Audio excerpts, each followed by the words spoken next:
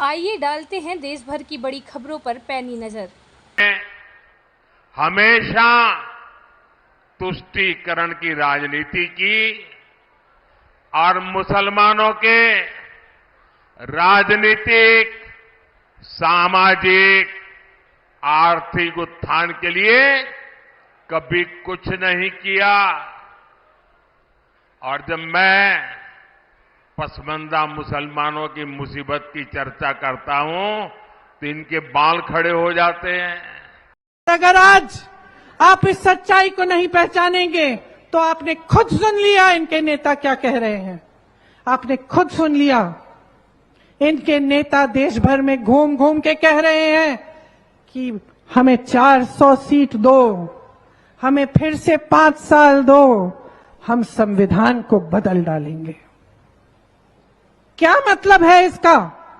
कभी सोचा है मेरी बहनों कि आपको समान अधिकार कौन देता है? कोई नेता नहीं देता बहनों, संविधान देता है। आदिवासियों को जल, जंगल, जमीन पर अधिकार कौन देता है? कोई नेता नहीं देता भाइयों और बहनों, संविधान देता है। कि लालटेन और पंजे के साथ जाएंगे तो दंगे मिलेंगे, अत्याचार मिलेगा, अन्याय मिलेगा, गरीबी और भूखमरी मिलेगी।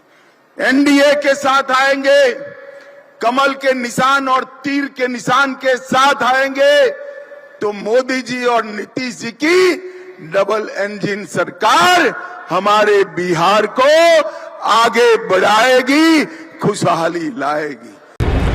इस देश के प्रधानमंत्री ने अपना गरीब विरोधी चेहरा पूरे देश के सामने बेनकाब कर दिया है। नरेंद्र मोदी गरीब विरोधी हैं। ये सच था और इस सच की पुष्टि आज खुद नरेंद्र मोदी ने कर दी है। लगातार झूठ बोलने का काम करते हैं। पहले हमारे मैनिफेस्टो में मुस्लिम लीग की छाप चिपका रहे थे, जब वो नहीं माना लोगों ने, जब वो नहीं चिपका तो अब बेतुकी बेवकूफ़ी की बातें करने लगे कि कांग्रेस कहती है हम लोगों की संपत्ति लेकर बांट देंगे गरीबों में।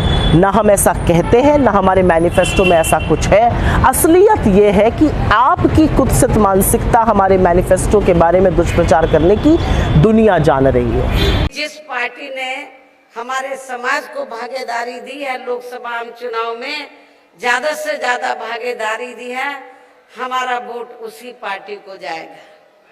तो क्षत्रिय समाज की जो पंचायतें हुई, उस पंचायतों के आधार पर तो मैं उनका आभार प्रकट करती हूँ कि उन्होंने इस चुनाव में अपने समाज के मान और सम्मान में उन्होंने सही फैसला लिया है।